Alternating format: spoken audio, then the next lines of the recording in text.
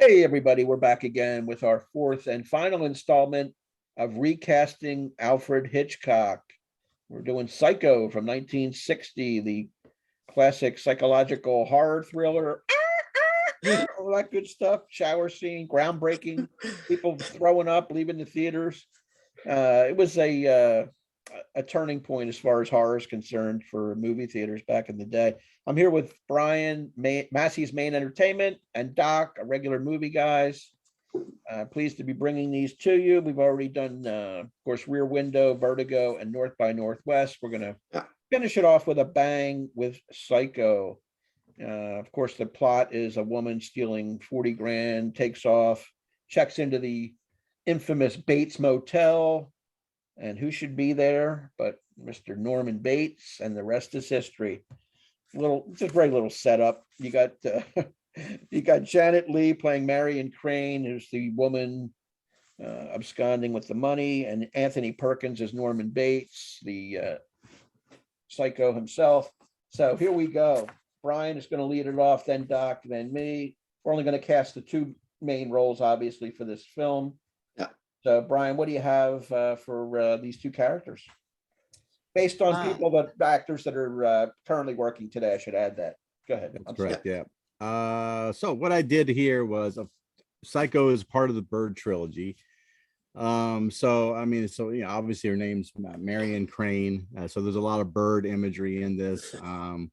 If you combine the names of, Melanie from the Birds and then Marion here, then you get the name Marnie, which is another Hitchcock film. So that kind of completed the whole trilogy series there. I went with a relatively unknown here to play Marion. I wanted to go with that. I wanted, not for the obvious reasons. I wanted to pick someone young. Yes, of course, they've got to be able to do the shower scene, and they got to have that sex appeal that you would think that could tip over someone who's mentally unstable. To act a certain way, and then his alternate personality to act in another way, of course. So I picked Hermione Corfield.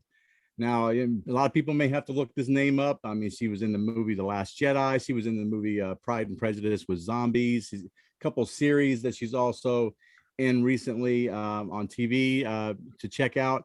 Actress and model. I think there's a new movie coming out called The Misfits, in which she's highly regarded in. So you should, if you get a chance to look her up. Great look for the part, I think. Very innocent looking, yet not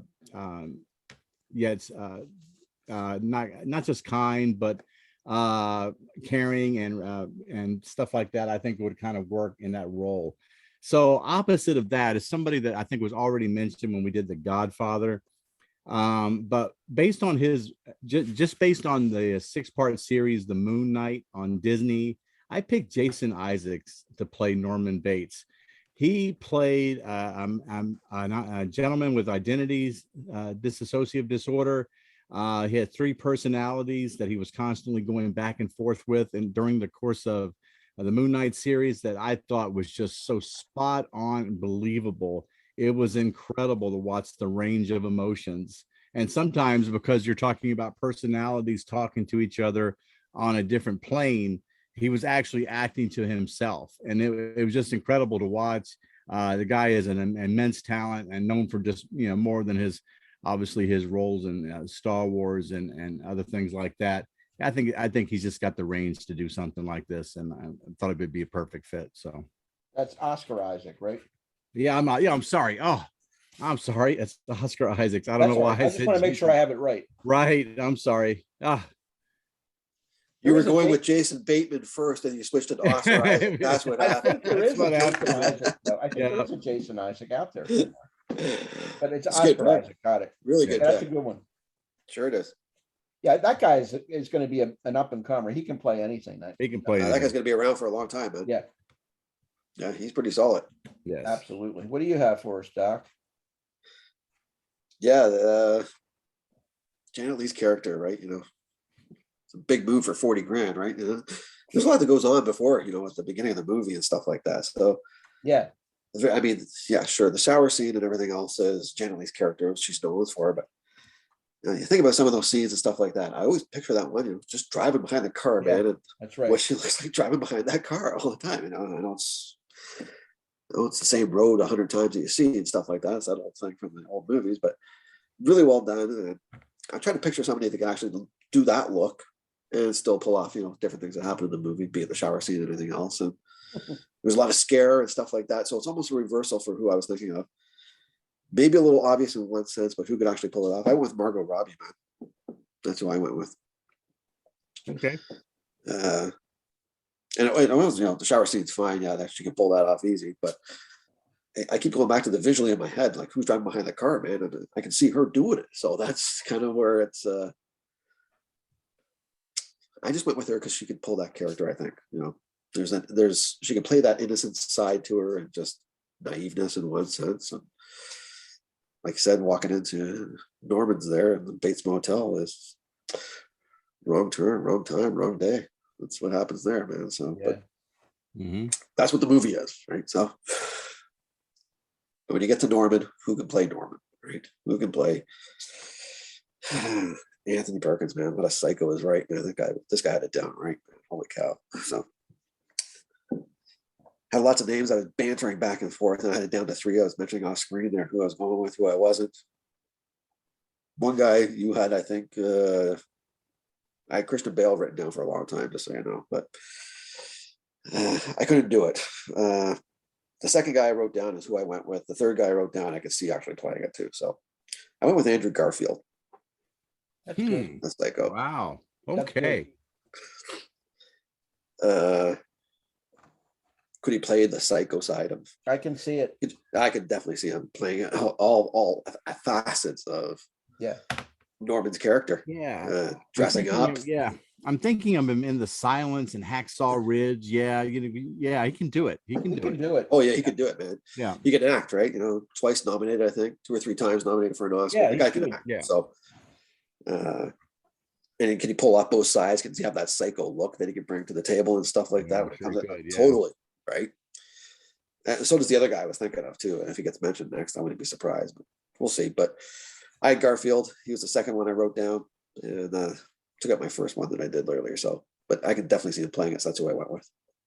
Wow, I like that. That's a left field. That's kind of a left field pick that most casting agents probably would never think to go that route, because they would say, "Oh well, everybody just thinks he's Spider-Man." I mean, they get hung up on that. I'm like, yeah, but he's done some excellent movies. He's got some great movies. He's done some great movies. Movie last year called Tick Tick Boom or something. Yes, Boom, boom. And up for an Oscar for that too. Even though it's not my kind of movie, it's a wonderful performance by him. Mm-hmm. And I can see him playing in Norman Bates. I think he's got it in him. I think he's got a lot of range for sure. Yeah. So very good. It's interesting that you had Margot Robbie here. I had her in, what did I have her in? Rear Window. I think I had her playing the. I think maybe Rear Window. I had her in the Grace Kelly role, and you had one of my actresses in a different movie, and I have her in this role in The Shower, and that's Scarlett Johansson. Oh, that's who I had playing Marion Crane. I can see her totally taking the money. Driving behind the wheel, like you said, at night in the rain, just like determined she's got to get there, get out of Dodge, so to speak, and unassuming of what lies waiting for her on the other side here with that psycho Norman Bates in the Bates Motel with the birds on the wall and all that kind of, pretense to come. The shower scene is why I cast Scarlett Johansson. She's so alluring in films that I've seen her in the past, like The Prestige, Lost in Translation. Even as the mother in Jojo Rabbit, she's got acting range. Yeah, I've seen her in these Woody Allen movies like Match Point and Christina Barcelona. She's the lead actress in there, and she's got a lot of dialogue. She can pull it off. Marriage Story, she gives a wonderful performance. So I think she could do this. She would be somebody that Norman Bates would, be eye candy to him, somebody that's, completely out of his mind. And, if I can't have her, nobody can kind of attitude, brings the knife out. destroys her for whatever reason, whatever goes on inside a madman's mind, we don't know. As far as the Norman Bates character, I had one guy, I'm not sure if Doc has him as his number 2 or not, or number 3, whatever. But I went and with a guy that can be an eccentric, a chameleon. He can play different roles, always odd. He's an oddball, I think, in real life as an actor, and that's Jared Leto. That's the guy I have as Norman Bates. I can see him from when he played the guy that killed Lennon in that movie Chapter 27. He plays that drug addict in Requiem for a Dream. He's in Panic Room as one of the villains. Dallas Buyers Club. Dallas Buyers Club. That's on my list. He can do whatever it takes to get into the role, and I think he could play an Anthony Perkins kind of role here. Yeah, and just you don't see it coming. All of a sudden, he's turned loose. You got a woman in the shower, and he's bringing the knife out and doing the damage for like 50 stab wounds. So he'd be perfect. He's perfect as long as it's the right director, because Jared Leto takes things so far that you have to, if you're gonna let him go, you got to let him go. But sometimes they try to rein him in, and when they rein him in, it doesn't work. I heard the stories when he was playing the Joker, for the Suicide Squad, and he was sending like dead rats to the other cast members. I mean, just crazy behavior like that, so that they would feel uneasy around him. That's what he wanted. Yeah, that's what he wants. Yeah, and it's you got to have a director. I think they just cut most of his scenes. They're like, no, this is just way out there. But I think he's great. I think the guy's talented, man. I think the guy's got something that everybody else hasn't caught up to yet. Yeah, I actually thought about a little bit of Joaquin Phoenix too for this, but it was too obvious for me coming off that Joker role, so I went a little bit different with Jared Leto. But I like the Andrew Garfield pick too. That was cool. Yeah, thanks. Yeah, that's a great left field pick for sure. Yeah. The other guy I was thinking of, just as a side note, well, the other two guys, I had Christian Bale right now. Yeah, that's a good one too. I thought he could pull that off. He could. I started thinking about it too much. American Psycho for Psycho, and I forget. I don't do Christian Bale. The other guy I was thinking of was Jake Gyllenhaal. Yeah, I thought about him too. Yeah, Nightcrawler. He did a kind of an eerie role in Nightcrawler. If anything's better than Vince Vaughn, right? I mean, when they remade that Psycho frame for frame with Vince Vaughn, that was awful. Horrible. I did not have Vince written down. No. Yeah, good for you. I'm only casting good actors. I don't consider Vince a good actor. Sorry, Vince. If you're out there watching, don't send me a Christmas card next year. I don't give a crap. But no, you're not a good actor. Send me the same one you sent me last year. Yeah, right. But anyway, that's cool. We hope everybody liked our little 4 vignettes here of picking Hitchcock films and recasting them the way we see. It's interesting. I think we'll do it again with a different movie, obviously, and not sure exactly what. We have to discuss that amongst ourselves and figure out what our game plan is. We'd like to see people comment, like, subscribe, give us some positive feedback, so we want to do something like this again.